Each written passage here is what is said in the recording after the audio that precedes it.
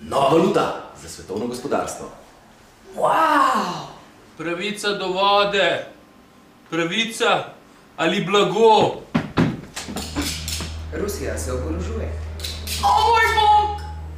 Srbski dvojni vohuni. Latinosi polnijo ameriške zapore.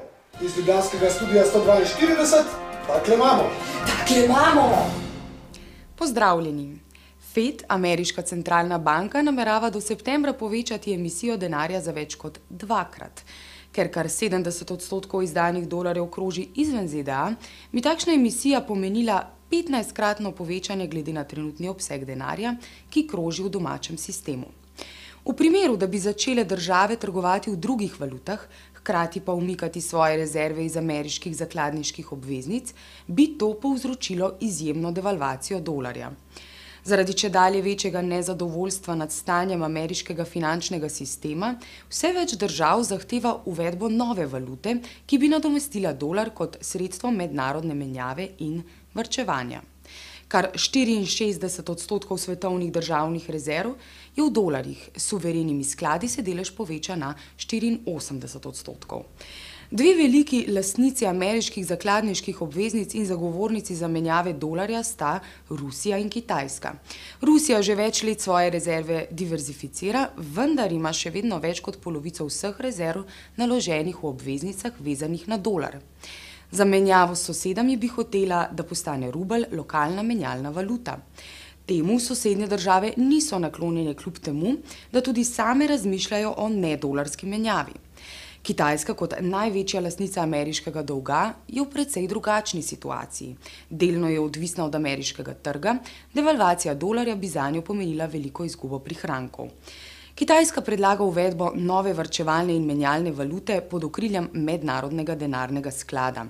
Ta takšno valuto pozna od leta 1969, čeprav danes služi predvsem kot računovodska enota za vložke držav članic. Njena vrednost je izračunana na podlagi košarice valut.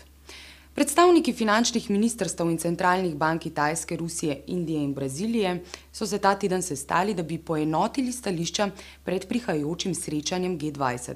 Čeprav v skupni izjavi nova valuta ni omenjena, je bil del pogovorov namenjen prav temu. Podobno mnenje ima ekspertna skupina ZN za mednarodne finance, ki pravi, da dolar ne zagotavlja več stabilnosti mednarodne menjave in varnosti lastnikov ameriškega dolga, sočasno pa ZDA omogoča poseben status z velikim deficitom in zadolževanjem v tujini.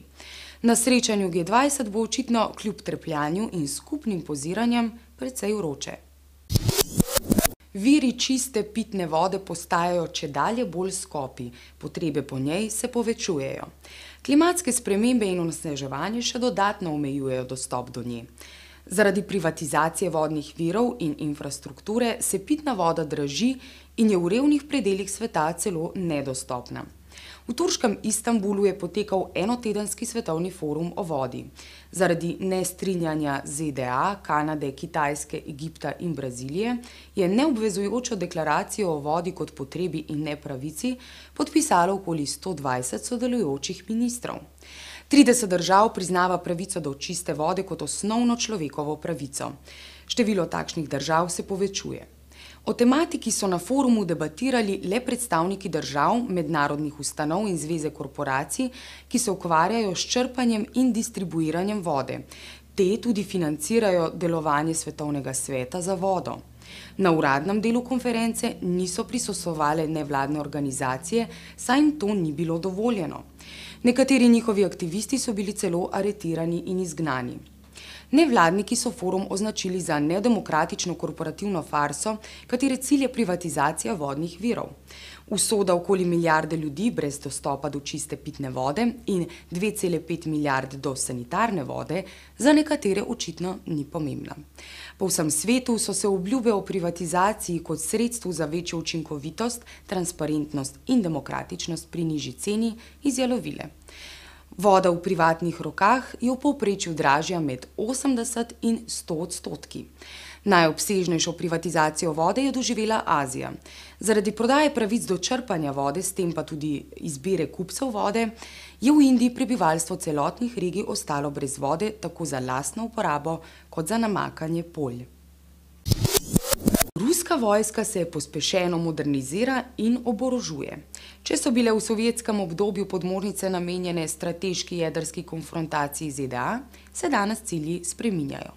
Poveljstvo mornarice namerava pospešiti gradnjo jedrskih podmornic s taktičnimi jedrskimi izstrelki. Podmornice s takšnim tipom izstrelkov so bile leta 1991 s sporazumom med Gorbačovom in Bushem umaknjene iz uporabe.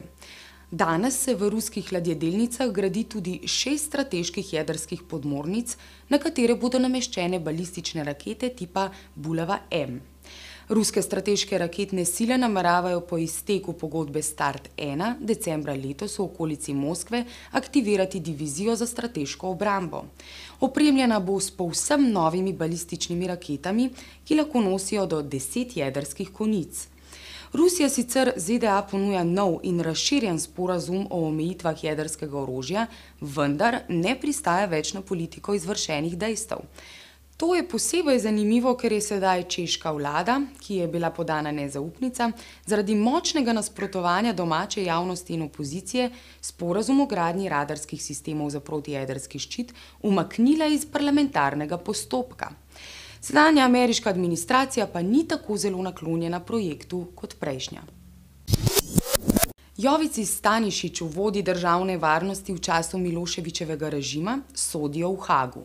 Obtoženi sodelovanja v vojnih zločinih na Hrvaškem, Bosni in Kosovem, še posebej pa organiziranja paravojaških enot Škorpijoni in Rdeče baretke.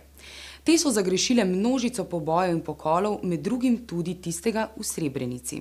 Vse kaže, da je Stanišić v tem času igral tudi drugo vlogo. Bil je namreč agent CIA, ki je ameriško stran obveščal o vseh dogajanjih v samem vrhu tedanje srbske politike.